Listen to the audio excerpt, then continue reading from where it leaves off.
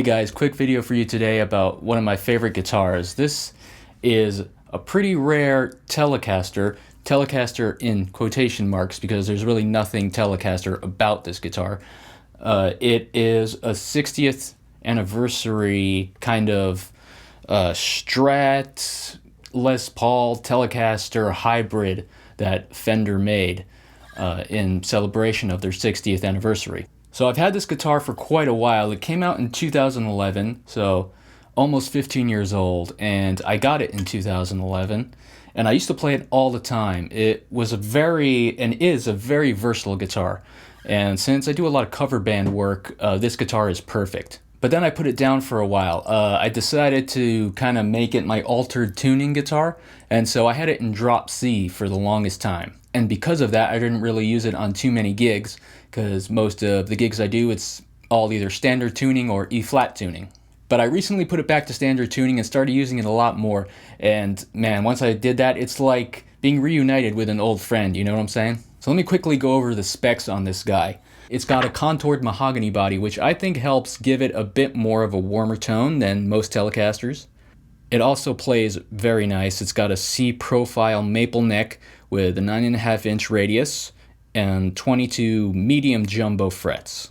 And as for the pickups, it's got a humbucker in the bridge position and a split single coil, hum canceling single coil in the neck. And that is probably my absolute favorite thing about this guitar. And the reason for that is this. So right now I'm going straight into my interface, and I'm using a Soldano amp sim courtesy of Amplitude, and that's all I got going on. I don't have any pedals, any channel switching capabilities whatsoever, just the guitar into the interface.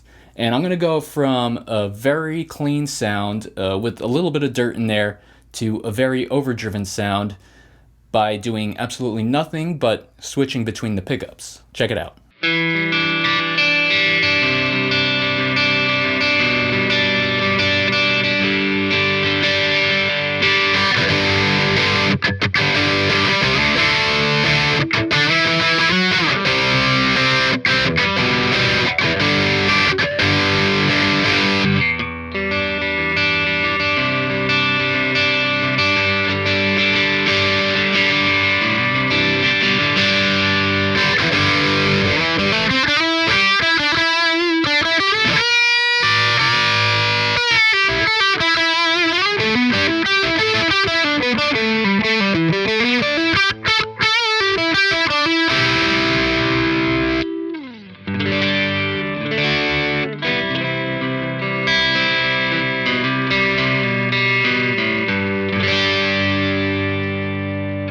So that's pretty cool, and I find that that is extremely helpful, especially in a live situation. If you're running around on stage, you know, especially if you're doing like a rock gig and you got to keep moving, and God knows where you'll end up when it comes time to switch your tones, right? When it comes time to switch from a clean sound to a distorted sound or vice versa. And if you're relying on your amp to do that or just a pedal, you're going to have to run over to your pedal board and hit a button right at the exact time, right? But if you have this guitar, you really don't have to be as reliant on an amp or a channel switcher or a pedal. You can just flip from the neck pickup to the bridge or vice versa. And I find that super helpful for keeping the flow going as you're performing on stage. Everything you need as far as changing tones is right at your hands. So let me talk about the pickups a little bit more. We've got a very high output humbucker in the bridge. I think at the time this was the highest output humbucker that Fender made. It's called an Enforcer. Kind of a cheesy name, I know. Sounds more like an Arnold Schwarzenegger movie than a pickup, but it sounds really good. In the neck pickup, I think this is a Fender noiseless custom pickup that they made just for this guitar. Not 100% sure on that, but I think that's what's going on.